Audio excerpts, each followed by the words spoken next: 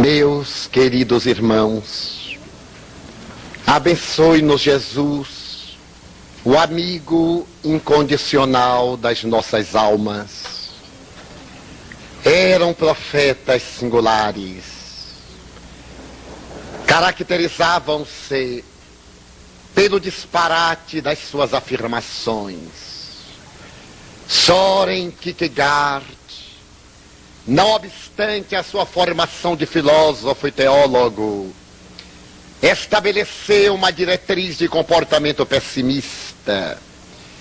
E a sua mensagem, na segunda metade do século XIX, ofereceu uma visão trágica da realidade do homem na Terra, abrindo espaço para que outras personalidades trouxessem o contributo das suas aflições, das suas necessidades.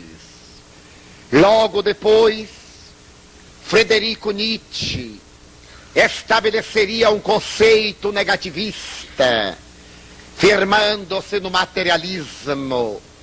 Tinha da Terra também uma visão pessimista, asseverando que a vida era destituída de objetivo, não merecia a honra de ser vivida.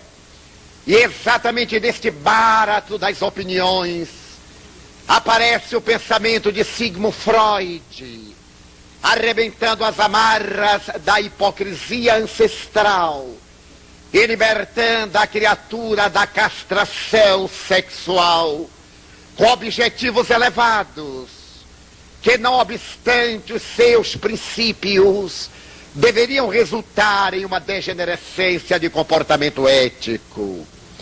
Mas no século XX, aqueles profetas que vieram mudar a estrutura da Terra, começaram a sua paisagem no mundo das artes, e tivemos a oportunidade de ver a figura desfigurar-se, e de imediato uma revolução que recebeu o contributo das escolas modernas, ensejando uma visão distorcida da realidade, apresentando a face da amargura, o semblante do problema e outras expressões da inquietação e do desespero humano.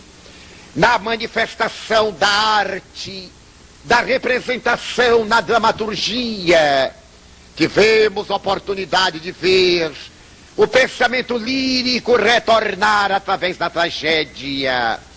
E observemos que na teatrologia a mentalidade aderiu aos temas mais congestivos e perturbadores da realidade humana, apresentando a distorção da realidade e dando uma visão naturalmente pessimista dos valores que deveriam servir de diretriz para a criatura humana. Na filosofia do após-guerra, Jean-Paul Sartre, fascinado pelo marxismo, concita a juventude internacional a abandonar os padrões, a quebrar a ética e a voltar-se para o utilitarismo, através de uma filosofia da negação, mediante a qual os valores éticos são colocados em xeque, pela necessidade imediata de viver-se o momento que passa, porque a vida estava destituída de qualquer significado moral. Valeria a pena, pergunta Madame de Beauvoir, viver dentro de linhas de comportamento ético, se de um momento para outro cai a bomba, a vida perde a sua realidade, e diante do comportamento das religiões, naqueles dias amargos e congestionados da guerra, foi o mais decepcionante. A segunda metade do século XX é caracterizada pela Guerra Fria, pelo pavor do extermínio da Terra, por mais de 60 pontos de guerra, nos mais variados lugares dos quadrantes do globo. Era inevitável que o nosso comportamento se caracterizasse pela agressividade, pela violência. De um lado, a violência atávica, a necessidade da preservação da vida, para que os espécimes mais fortes pudessem perseverar na terra convulsionada. E do outro lado, as filosofias da negação, da arbitrariedade, do imediatismo, fizeram que nos olvidássemos do respeito aos valores humanos e nos atirássemos nos rios da precipitação, longe de todas as expressões racionais da ética e da moral. Tratava-se de um médico que havia assinado o compromisso íntimo de salvar vidas. A sua era uma experiência de natureza superior. Ele morava em uma pequena cidade ao sul da Califórnia e se havia tornado um extraordinário cirurgião. Dedicava-se a salvar aquelas vidas que haviam mergulhado no silêncio da pré-morte pela concussão cerebral. Seu nome havia ultrapassado as fronteiras locais e já ele se houvera tornado uma sumidade internacional. Em uma tarde de sábado, em que desabara uma trovoada, deixando alagadas as imediações da cidade, ele recebeu um telefonema desesperador. Vinha de uma cidade próxima, a 150 quilômetros, na qual uma vida se estiolava. Do hospital onde estava internado o paciente, dizia a assistente social: o Senhor é a nossa única esperança. Em um raio de 200 quilômetros, já tentamos várias opções que redundaram inúteis. E, ademais, a criança que está para morrer veio da sua cidade há poucos dias passar o fim de semana com membros da família aqui em nossa cidade. Apesar de ele ter programado uma intervenção cirúrgica para horas mais avançadas da madrugada, não tendo outra alternativa, ele se prontificou a viajar os 150 quilômetros de ida, fazer a cirurgia e retornar em tempo, para que à meia-noite pudesse atender ao outro quadro que estava vindo especialmente de helicóptero de uma cidade mais distante. Ele esperava fazer a jornada em aproximadamente 1h40 de ida e volta, o que redundaria em aproximadamente 3h10 e 20 minutos. Então preparou-se, pegou o instrumental, pediu que se fizesse a série de radiografias para que ele observasse onde estava o tumor, onde se encontrava a hemorragia bloqueadora, e pegando do seu automóvel, às 17h30, dirigiu-se à Freeway. Já estava quase alcançando os limites da cidade para adentrar-se na estrada livre, onde ele poderia desenvolver possivelmente 100, 120 quilômetros de velocidade. Parou no último semáforo, mas ele estava algo tenso. Havia uma neblina que a trovoada deixara. A visibilidade não era das melhores, quando repentinamente acercou-se dele, ao seu lado, um homem com expressão congestionada, e apontando no revólver disse-lhe: é um assalto, eu necessito do seu carro. Ele argumentou: eu sou médico, você deve ter visto aí no vidro dianteiro a minha insígnia. Eu estou viajando de emergência para salvar uma vida. E aquele homem de semblante carrancudo, a expressão caracterizada pela cólera, disse-lhe numa voz rouquenha: não tenho tempo, eu matarei sem qualquer piedade, eu quero o seu carro. Mas, meu amigo, eu estou indo salvar uma vida. O homem deu-lhe uma coronhada e asseverou-lhe que o mataria. Ele disse, mas recebeu um soco na face. O homem abriu a porta, colocou-lhe o revólver na direção do coração. Pediu-lhe que eu não olhasse, para não fazer mais tarde um retrato falado. Puxou violentamente e jogou no asfalto. Saiu em disparada.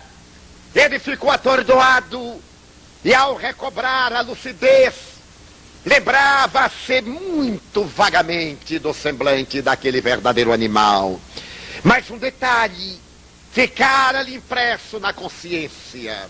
O casaco de couro era um tipo de casaco de couro do meio oeste. Ele recobrou a serenidade e olhou o relógio. Eram 18 horas. Saiu quase a correr até o próximo telefone público. Ligou para casa. Pediu a esposa, mas ela não estava em casa. A empregada disse que assim que ele saíra, ela fora também atender a um compromisso de emergência. Ele ficou mais aturdido. Telefonou para o Centro Geral de Informações. Conseguiu o número de um telefone que lhe facultava um táxi. Quando o veículo chegou, eram 18 horas e 30 minutos. Ele se lembrou que poderia alcançar um trem que passaria naquela cidade aproximadamente às 21 horas e 30 minutos. A cidade para onde ele ia. Periodicamente ele pegava aquele trem, dirigindo-se a São Francisco. O táxi correu, deixou a estação. Ele logrou alcançar o trem. Quando chegou à cidade, eram quase 22 horas. Houve dificuldade no trânsito por causa da tempestade. As linhas férreas ficaram congestionadas, porque várias barreiras caíram e foi necessário desobstruí-las. Ele pegou imediatamente um táxi e correu ao hospital. Pediu ao táxi que se adentrasse pela parte inferior diretamente ao elevador do centro cirúrgico. Nem olhou quanto dera o taxímetro. Pagou $20. Subiu correndo a retirar de imediato o paletó, a camisa, e foi imediatamente para a sala de asepsia. Esperava encontrar a equipe preparada. Mas quando ele se dirigiu ao recanto para lavar-se, o diretor do hospital lhe disse, infelizmente, você chegou tarde demais. A criança, que é lá da sua cidade, morreu há apenas 10 minutos. Que pena que você não quis vir quando nós o chamamos. Ele não disse nada. Tragou em seco. Uma revolta dominou-lhe agora a mente lúcida. E ele estabeleceu, um dia eu encontrarei aquele homem que é o assassino desta criança. O bandido que me tomou o carro. É o que matou esta criança. Mas uma certa curiosidade para ver a criança levou a ir ao necrotério. Ele se dirigiu ao necrotério. Colocou então as radiografias no visor e resolveu operá-la a si mesmo. Era uma cirurgia relativamente simples. Ele fez a cirurgia em menos de 20 minutos. Retirou o coágulo assassino. Então ele, desesperado, disse, por que existe tanta agressividade no mundo? Porque a precipitação do ódio. Porque o homem deve ser o lobo do homem. Neste período da cultura, da civilização. Porque, e revoltado, ele segurou o paletó para retornar à sua cidade. Ainda teria tempo de alcançar o paciente que chegaria a 0 hora. O diretor do hospital lhe disse, já que você não pôde salvar a vida, nós lhe pedimos pelo menos que diga à mãe, que está na sala de espera, aguardando uma notícia do filho. Ela está ansiosa e nós não tivemos coragem de dizer-lhe nada. Como você é um médico famoso na cidade, ela, sabendo da providência que tomamos, naturalmente ela ficará aliviada. Não há nada que diminua o impacto da morte. Mas saber-se que tudo se fez para interditar-lhe a marcha é algo de extraordinário. Venha. Ele aqueceu. Saíram do centro cirúrgico. Ele dirigiu-se ao corredor. Abriu a porta da sala de espera. Uma mulher de meia idade, os olhos nublados de lágrimas. Ela se ergueu. Desejou falar. A garganta estava túrgida. E ela apenas disse: então. E ele, em poucas palavras: perdemos o caso. Mas, doutor, não foi culpa nossa, senhora. Perdemos o caso por causa de um miserável que me assaltou. Um homem de casaco de pele do meio oeste. Ela então deu um grito e chamou o marido. Ele voltou-se da janela. Era o assaltante. Ele havia assaltado o médico para chegar rapidamente ao hospital, a fim de tentar ver o filho com vida. E graças à sua precipitação, seu filho morreu. Na vida de todos nós, a calma é um fator essencial do equilíbrio para a vida. Não foi por outra razão que o excelente Filho de Deus nos recomendou. Bastem-nos as preocupações de cada dia, a cada hora a sua própria preocupação. Porque o Pai que está nos céus e que vestiu as flores do campo com a beleza do matizado, e as aves com o colorido ímpar, que nem Salomão logrou tanta beleza nas suas vestes, que pôde bordar a relva verdejante da imácula claridade dos lírios, que se preocupa com essas aves canoras para que não venham a perecer de fome.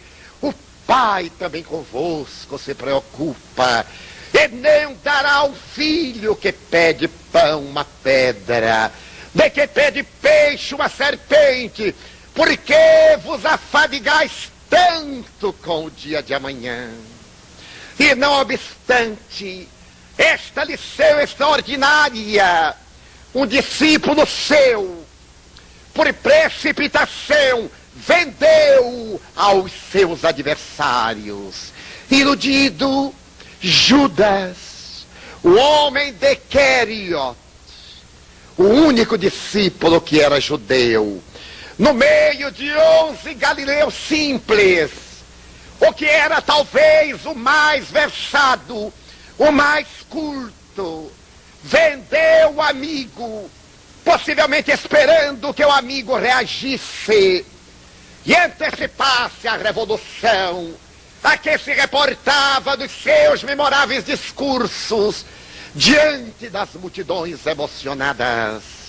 E quando o filho de Queriot viu que ele se entregou à semelhança de uma ovelha que bale e marcha na direção do matadouro, caindo em si, diz Emmanuel, deu-se conta e correu imediatamente àqueles que o haviam seduzido, com as 30 moedas de prata que lhe queimavam as mãos. Ele disse: enganei-me, eu me enganei, porque acabei de vender sangue inocente. E os precipitados famanazes do crime disseram: isto lá é contigo, não temos nada com isso. Se tu vendeste sangue inocente, isto lá é contigo, é problema teu. Não queremos saber, porque nós te pagamos pela vida que nos entregaste. E o aturdido filho de Queriot atirou as moedas que lhe ardiam nas mãos diante dos chamados príncipes, dos sacerdotes. Saiu desesperado e precipitado, tomou de uma corda e diante de uma figueira brava, pensou que ia fazer justiça com as próprias mãos, precipitando-se no fundo abissal da própria loucura. Por precipitação e medo, outro amigo negou: Simão, tu me amas? Eu te amo, Senhor, e tu sabes. Então, Simão, se tu me amas, apacenta as minhas ovelhas. Simão, tu me amas? Ó mestre, quanto eu te amo. Simão, apacenta as minhas ovelhas. Simão, tu me amas? Oh, eu já te disse que te amo. Então, Simão, apacenta as minhas ovelhas. E quando ele disse: é necessário que o Filho do Homem desça a Jerusalém, nós não deixaremos, Senhor. E estendendo o braço protetor, Simão Bar-Jonas, o pescador das águas transparentes do lago de Tiberíades, disse-lhe que eu não deixava ir a Jerusalém para ser escarnecido, nem ridicularizado. E ele, tomado de sabedoria, disse: deixa-me, não me perturbes, porque não evitarás aquilo que vai acontecer. É necessário que eu desça a Jerusalém, porquanto, quando eu for erguido, atrairei todos a mim. E desceu a Jerusalém, e voltando-se para Simão, que dizia amá-lo: negar-me-ás 3 vezes, antes que pela terceira o galo cante. Simão, precipitadamente Simão, quando viu aquela falândula de hipócritas, carregando varapaus, aquela legião simulacro, comandada por um atormentado, acercar-se do mestre, desembaiou a espada precipitadamente e, cortando a orelha de Malcos, ouviu a reprimenda: Simão, embainha a tua espada, porque todo aquele que com ferro fere, com ferro será ferido. A precipitação é adversária da paz. E Simão negou 3 vezes, antes que pela terceira vez o galo cantasse. E precipitadamente levaram-no ao julgamento arbitrário, o simulacro de julgamento. As leis romanas não tinham acesso às tricas político-religiosas de Israel. As intrigas israelitas não interessavam a Pôncio Pilatos. Pôncio Pilatos ali estava por uma circunstância fortuita. Ele tinha necessidade de representar César diante de Herodes Antipas, para poder sanar as dificuldades da política da velha casa de Herodes o Grande. E quando ele viu aquele homem de olhar sereno, aquele homem penetrante e bom, descobriu que ele não tinha qualquer culpa. E tocado pela sua serenidade, ele que tinha o direito de vida e de morte, disse à massa ignara e precipitada: mas eu não vejo culpa nele. E a massa crucifica-o. Crucifica-o. Faço-vos uma barganha.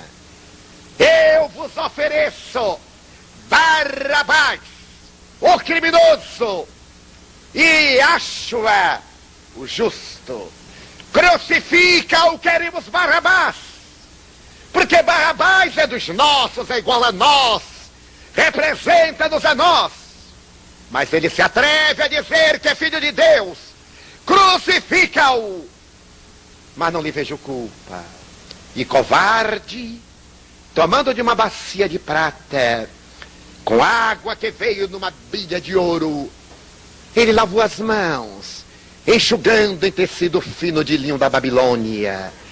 Continuou a lavar as mãos ensanguentadas, prosseguiu lavando as mãos, até que mais tarde, quando Tibério César chamou de volta a Roma, e ele continuava lavando as mãos, partiu para as terras da Suíça, em justa aposentadoria, e porque continuasse a lavar as mãos do sangue inocente, em um dia de horror precipitou-se na cratera de um vulcão extinto, tentando apagar da consciência de culpa o olhar do Cordeiro Imaculado. E ele foi levado a julgamento arbitrário.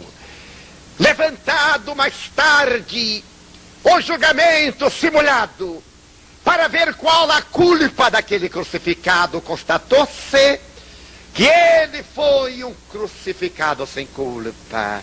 A crucificação era então a medida mais terrível de punição das arbitrariedades e da delinquência. Trazida ao Ocidente, graças a Alexandre Magno, ela era uma herança sórdida da Pérsia e da Média. Os romanos aprimoraram-na, porque em contacto mais tarde com os hebreus, estes estabeleceram que a crucificação era um meio agradável de libertar-se de todos aqueles indivíduos que perturbavam a paz das consciências mortas. E quando ele foi colocado diante de Pôncio Pilatos, para diminuir a sede de sangue, mandou que o flagiciassem. Quantas vezes leremos no Evangelho que ele foi flagelado? Quão poucas vezes nos detivemos a examinar o que é o flagício, como era que se flagelavam aqueles que iam morrer. Era uma sexta-feira, e logo mais começaria o sábado, em que Israel dedicava à evocação do repouso absurdo da deidade que eles haviam construído, os doutores, na antropomorfia de um Deus ocioso. E ele deveria morrer antes de chegar o momento em que o sol se deitava, iniciando o sábado. Pilatos mandou que o flagiciassem. O flagício era uma chibata de cabo de madeira, com 3 ordens de couro trançadas. Entre as várias tranças colocavam-se pedaços de ossos afiados, ou dentes de animais, e na ponta de cada um dos rédeos eram colocadas bolas de chumbo, para que elas entrassem nas carnes dilaceradas pelos ossos e fizesse que a hemorragia fosse abundante, a fim de diminuir as resistências daquele que deveria morrer, atado ao tronco como animal, despido diante da voracidade dos olhos cobiçosos e desesperados dos israelitas. Ele, gentio, deixou-se flagelar. O flagro, que era a chibata, deveria ser acionado simultaneamente por 2 legionários, que eram hábeis na arte de ferir, que se especializavam na técnica de rasgar as carnes. E enquanto um deles chibateava do ombro à cintura, o outro chibateava das coxas até as pernas. Em ritmos, elaboraram a necessidade de N chibatadas, de acordo com o crime permitido à lei, que o máximo suportável por um corpo humano seriam 39. E ele recebeu-as em número de 39. Ali atado, um deles açoitava-o do ombro à cintura e lanhava-lhe o corpo, e o outro no sentido transversal das nádegas às pernas, rasgando-as. Nenhuma queixa. em calma, em paz total, ele retorcia-se de dor, nem uma palavra. E quando retiraram do tronco, Pilatos, desesperado, ainda tentando salvá-lo, disse, com lágrimas nos olhos, talvez: esse homem, eis o homem. Mas a sanha morbífica daquele povo desesperado continuou, e ele teve que ser jogado ao chão, coberto de escárnio. Ele já havia vestido a toga vermelha dos bobos, já havia sido coroado com a erva silvestre que se arranca das montanhas circunjacentes de Jerusalém, onde se atiram os despejos da cidade. Cravada a cabeça, ela trazia vírus e micróbios que iriam precipitar-lhe a morte na cruz, possivelmente de tétano. E então ele, depois de haver caminhado mais de 4 milhas, de Pôncio Pilatos para o sumo sacerdote, para Anás, Caifás, de um lado para outro, exaurido, foi jogado ao sepulcro, que era naturalmente uma prisão miserável, onde se enterravam vivos aqueles que tinham resistência para que, sobrevivendo, no dia seguinte fossem crucificados. Anátomo-patologistas realizaram um congresso mundial para verificarem o de que ele teria morrido. Porque o seu amor foi tão grande para dar a sua vida desta forma. E depois de examinarem o sudário de Turim, tão controvertido, negado por uns cientistas, por outros cientistas, confirmado autêntico, chegaram a conclusões dolorosas. Havia 2 tipos de cruzes. A cruz tal, aquela que faz lembrar a letra T, e a chamada cruz latina, a tradicional. Teimam alguns historiadores em dizer que havia sido a cruz em T, e que a hora própria, depois de carregá-la por aproximadamente 700 metros, em uma ladeira íngreme onde ele caiu várias vezes, esta cruz pesava aproximadamente 75 quilos.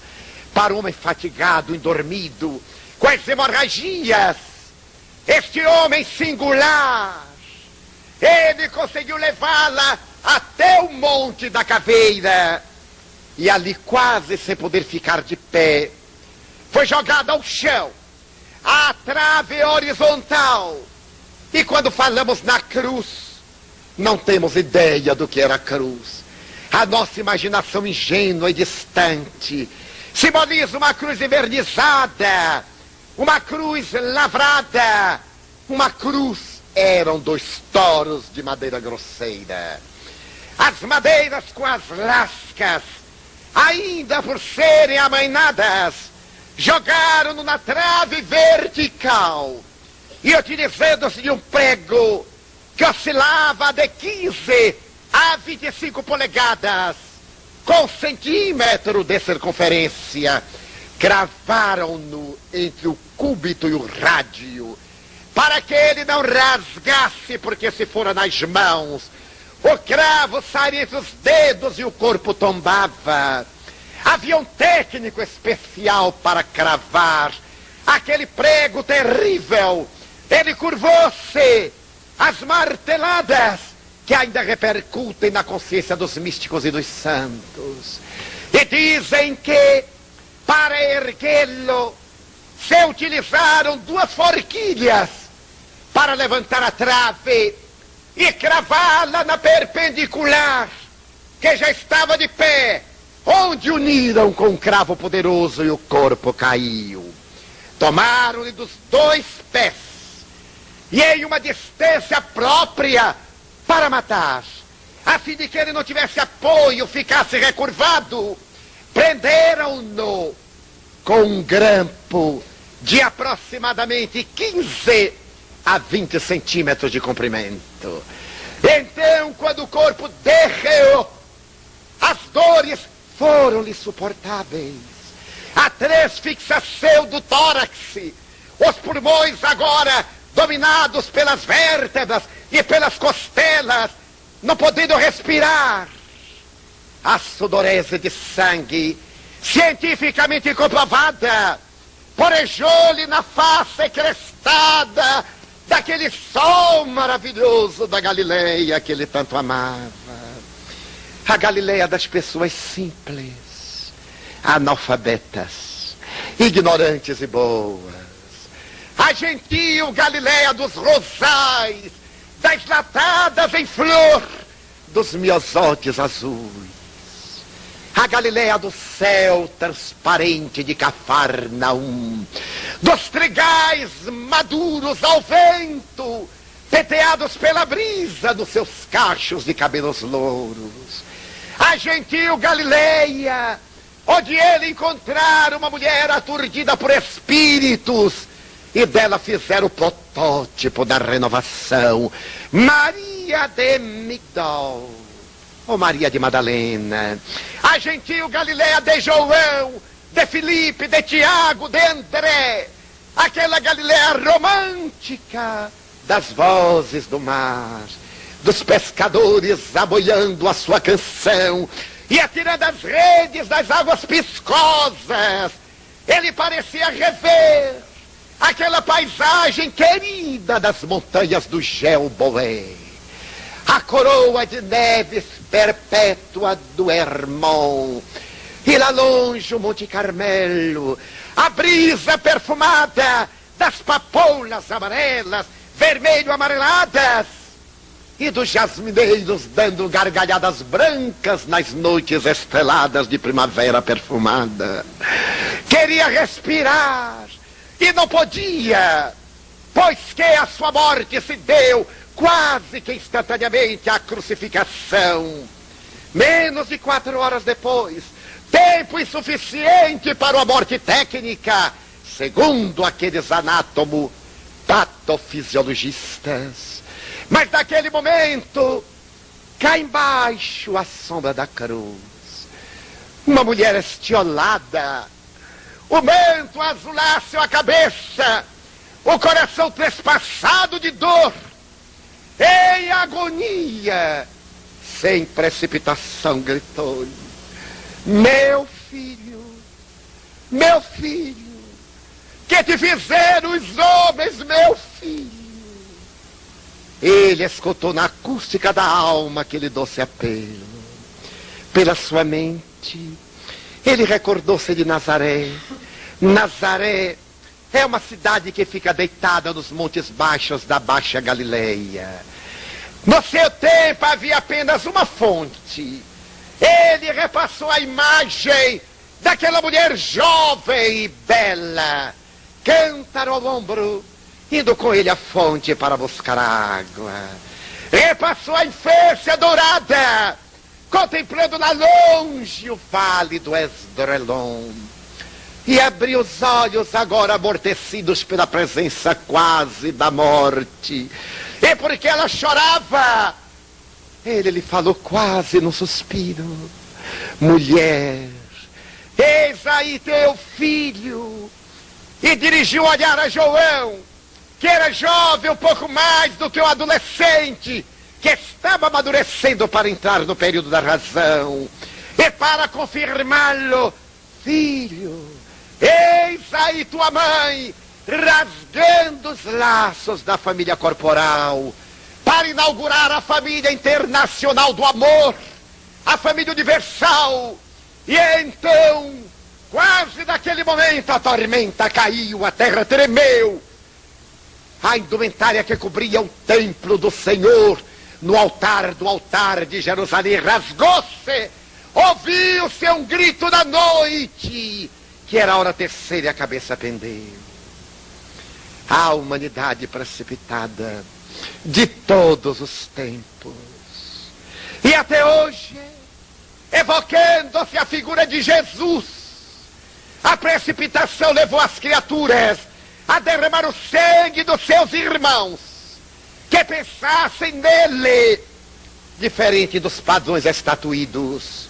Foram levantadas as guerras de religião, as vergonhosas cruzadas e as nossas vergonhosas guerras de ortodoxia, dizendo dos proprietários da verdade: ainda hoje dilaceramos-nos uns aos outros, impedindo-os de pensar conforme a sua capacidade, impondo-lhes o pensar conforme a nossa mesquinhez. E é por esta e outras razões que a precipitação está levando-nos ao abismo do desespero, do desconforto e da alucinação. Sociedade neurótica, diz a psicologia. Sociedade paranoide, afirma a psicologia. Sociedade sem significado, esclarece a psicanálise. E o homem jornadeia aturdido, como escreveu muito bem Arthur Miller, na sua extraordinária dramaturgia da morte do caixeiro viajante. Copiando a vida, Arthur Miller estabelece no caixeiro viajante a biografia do homem contemporâneo. Ele tem que triunfar a qualquer preço. O triunfo na terra é muito importante, a posição social, o mando, o autoritarismo, o desgoverno da emoção, escrava da sensação. E Arthur Miller coloca em Luma, a personagem central, a realidade da nossa caricatura humana. Luma era um homem comum, que foi trabalhar numa empresa e que ambicionou crescer na empresa. Ele tinha que dar conforto à esposa, tinha que dar aos filhos comodidade, tinha que ganhar o mundo para que o mundo desse felicidade à família. Progrediu, ele traiu, ele mentiu, ele enganou, ele vendeu o produto, cresceu, e cresceu, triunfou, mudou do bairro em que morava para uma zona residencial elegante, mudou depois para uma classe mais elevada, comprou uma mansão, registrou-se num dos clubes mais fechados da cidade, tornou-se vice-presidente da empresa. Faltava o passo final, a presidência. Mas para atingirmos determinados degraus é necessário empurrar quem está à frente, derrubar para tomar-lhe o lugar, colocar os pés no lugar deixado pelo que foi derrubado. E Luma, para triunfar, não tinha escrúpulos. O mundo diz: o importante é ter. Enquanto Jesus falava, o principal é ser. E Luma cresce. Quando ele está preparado para o passo final, os diretores da empresa reúnem-se e propõem-lhe a aposentadoria. Está na hora de descansar. Você já conseguiu tudo o que desejava, mas eu quero ser presidente. Qual nada. Você agora vai gozar. Necessita de fazer uma viagem, uma ilha paradisíaca. Você trabalha há quase 40 anos, mas eu estou na plenitude das minhas funções. Eu sou um homem de apenas 60 anos. Luma, temos que colocar uma jovem. Você compreende? Nós já estamos cansados. Você vai ter uma remuneração muito alta, o salário de presidente. Mas eu quero ser presidente. Luma, meu amigo, você não tem mais garra. Aos 60 anos, a criatura. Mas eu estou no pleno uso das minhas funções. O olhar da empresa, dos diretores, sorria de diferença, porque a máquina empresarial não tem compaixão de ninguém. O computador não tem cérebro, porque o seu é mecânico. Nem coração, porque lhe deram a possibilidade de ter um cérebro para fazer cálculos, mas não colocaram um coração, porque o máximo que ele consegue é um vírus que o contamina e destrói, como as criaturas humanas de cérebro vazio. Luma, e ele mata-se Porque o precipitado, sua vida foi agitada, a sua busca foi negativa, a sua carreira foi alucinada. Ele era a sociedade, mata-se, deixa uma carta à sua esposa, aos seus filhos, bajulem os poderosos, mintam, conquistem seu lugar. Não vale a pena ser humilde. Somente aqueles que sabem ser servis e hipócritas triunfam. A carta que ele deixa à família é uma peça de pessimismo, inspirada em Nietzsche, em Kierkegaard, em Paul Sartre, no pensamento pessimista, imediatista do materialismo. Ele parte e deixa este exemplo da fragilidade humana, porque toda precipitação leva a lugar nenhum do abismo de si mesmo. Enquanto Jesus diz-nos: eu venci o mundo, vinde a mim. Outros gritam: é necessário vencer no mundo. E para vencermos no mundo, as armas tradicionais são a calúnia covarde soez, a acusação gratuita e pérfida, a hipocrisia disfarçada de sorrisos, como diz o Evangelho segundo o Espiritismo, verdadeiro covil, onde medram e multiplicam-se o veneno, o fel e a sordidez. E Jesus continua dizendo: eu venci o mundo. E para que nós vencêssemos seus herdeiros, ele nos deu a doutrina espírita, o Consolador. Já dissemos algures, e não será demais repeti-lo. Retornando de uma larga viagem pela Flórida, há 6 anos atrás, contraímos uma virose. E como tínhamos um problema cardíaco, ao chegar à cidade do México, contraímos outra virose, que estava no ar como resultado do terremoto. Ainda a poeira que pairava na atmosfera da cidade fez-nos um grande mal. E do avião à alfândega, ao contrair este vírus que eu me não dei conta, eu comecei quase a estertorar. E disse: meu Deus, que coisa estranha. Uma larga programação de 6 dias, com algumas viagens partindo da capital do México, me aguardava. Então eu segurei o carrinho de bagagem, parei, orei e disse: deve ser da altitude. A cidade do México são quase 1.200 metros acima do nível do mar, e isso me afetou. Então parei, mas o mal-estar foi não crescendo, e eu tenho o hábito de conversar com Jesus. Ele às vezes não responde porque está ocupado com outros, mas eu converso assim mesmo. Eu sei que fica registrado lá para os intermediários. E ele disse: mas o que é isto, meu garoto? Você manda que eu venha cá e me arranja esse problema que eu ainda não sei o que é. Venha correndo. Mas se estiver ocupado, mande o que achar. Mas mande. Então consegui desembaraçar-me da alfândega. E ao chegar à porta estavam os amigos, e eu lhes disse: levem-me a um cardiologista. Por quê? Eu digo: é uma medida cautelatória, eu necessito de renovar a medicação. E naturalmente, para comprar os remédios, eu gostaria de ter uma receita. Um cardiologista espírita, o doutor Castelhanos, que era meu amigo, recebeu-me e me perguntou: mas o que você tem? Eu disse: o senhor é que vai me dizer. Eu posso lhe dar os sintomas, porque agora está tudo errado, doutor Castelhanos. Se a gente vai ao médico e diz o que é que tem, ele só faz sorrir. Eu sei isso mesmo.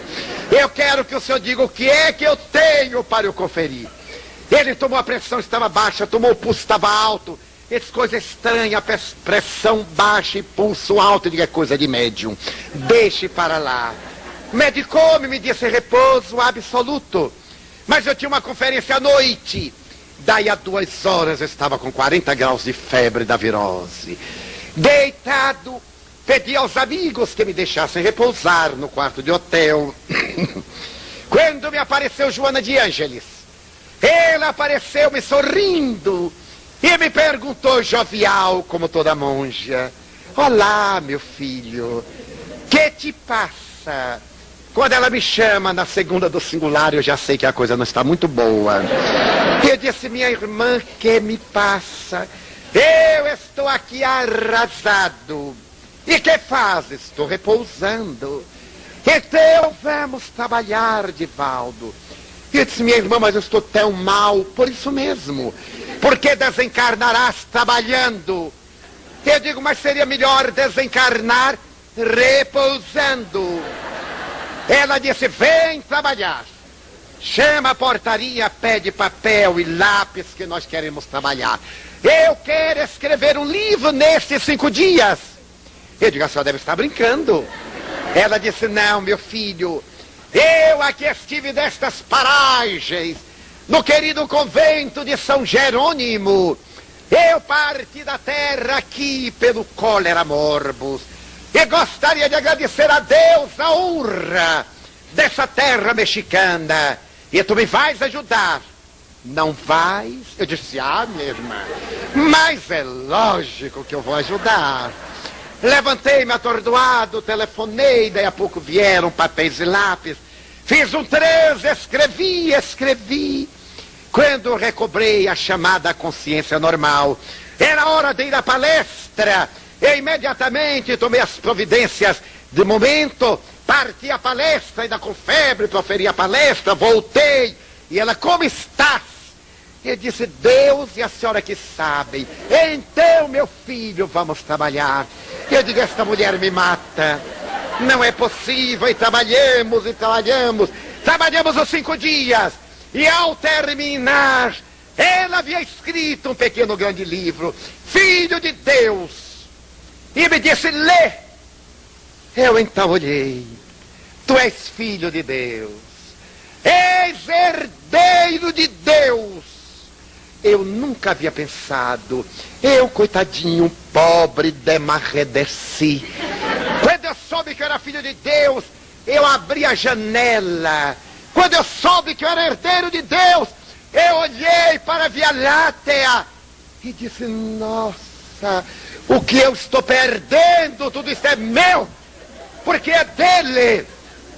Quase que eu disse, ele vai morrer e vai ficar para mim. Mas eu não cheguei a formular o pensamento, eu disse, meu Deus, e li a página, alegra-te, tu és herdeiro do universo, Deus está em ti. As lágrimas me vieram. Tu és saúde. A doença é acidente de trânsito da jornada carnal. O importante é chegar ao porto. Ninguém te perguntará como chegaste, mas todos dirão, tu chegaste. Estás em paz? Sim. Depois é que te perguntarão como foi a viagem. E como foste? Será importante saber como foi a viagem? Anota, meu filho. Tudo que termina bem está sempre muito bem. Mas nem tudo que transcorreu bem, quando termina mal, está bem. Como estás agora? Eu digo, estou mal bem. Porque continuo doente, mas está terminando tudo muito bem. Ela disse, confia em Deus. Porque Ele te ama. E tu o amas. Olhando o céu nebuloso da cidade do México, ouvindo uma canção ao longe, eu me debrucei no parapeito da janela na madrugada silenciosa do coração e disse, eu amo, mas tende, Senhor, piedade de mim e aumenta a minha fé. Nunca mais me esqueci. E naquela noite ela me disse, nunca te precipites, porque a precipitação é a presença do mundo na alma. Quem conhece Jesus, crê, ama, serve, passa e tem calma. Já que a doutrina espírita que luariza o céu da alma, confia e espera. O que não logres hoje, persevera. Amanhã chegará. O que não consigas agora, Na próxima reencarnação falo-ás. Prossegue, meu filho. E quando cheguei neste bendito recinto de André Luiz, a alma generosa de Lígia Banhos me disse: diga aos queridos amigos do André, para perseverar em paz, em calma, em confiança, perseverar sempre, e acolitada pelos legionários do bem que passaram por esta casa, enquanto vozes materiais cantavam, eu ouvia também o canto deles, recordando velhos dias de luta no mundo e de paz nesta casa, de precipitação lá fora e de calma no santuário, de guerra e de harmonia, de luta e de fraternidade, porque quem encontrou Jesus nunca mais é o mesmo. Quem o viu passar apenas viu, mas quem o encontrou nunca mais é o mesmo, porque ele atrai, arrebata, conduz. Por isto, recordando-nos dos danos que os filósofos do pessimismo nos trouxeram, é que devemos lembrar as boas novas de alegria que Jesus nos deu e o Espiritismo descerra para nossas almas, prosseguindo na batalha da transformação moral. Dor e prova, dificuldade e traição, abandono e desencorajamento são acidentes de trânsito, e só acontece com quem está avançando. Se alguém disser: nada disso me aconteceu, lamentemos, porque não saiu do lugar. Se alguém afirma: eu jamais caí, porque sequer se levantou. Somente cai quem está de pé, e somente tropeça quando está andando. Que nós, encorajados pelo Espírito do Cristo, avancemos sem pressa, sem precipitação, mas com a certeza de que Ele nos está legando os tesouros do Pai, para que um dia, na plenitude do mundo espiritual, possamos dizer-lhe da nossa gratidão, da nossa emotividade, da nossa vitória sobre nós mesmos. Espíritas, meus irmãos, não posterguemos a hora da nossa renovação espiritual. Não adiemos o nosso momento de triunfo sobre nós mesmos. Não procuremos fugir da realidade que devemos enfrentar. Não amanhã, agora, estamos convidados para o banquete da Boa Nova. Dentro de nós está o Cristo triunfante. Jesus, meus amigos, chamando-nos para a transformação da nossa realidade em uma dimensão indimensional do amor. Se vos disserem: revidai a todo mal que vos façam, amai aos que vos persigam e vos caluniem, se vos incitarem ao desequilíbrio e à desesperação, imolai-vos no amor.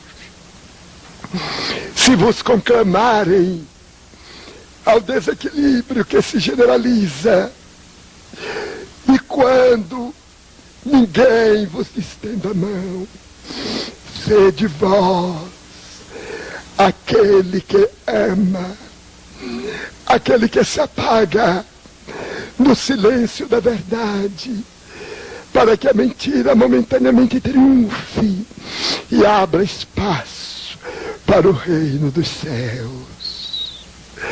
Que vos caracterizeis todos vós pelo amor, e todos saberão que sois seus discípulos, por muito vos amardes, tendo a certeza, filhos da terra, que estais fiéis ao mandato que vos foi concedido, é que oremos as bênçãos de Deus por sobre todos nós, a fim de que o amanhã da humanidade seja mais feliz e rico do que estas horas de construção do mundo novo.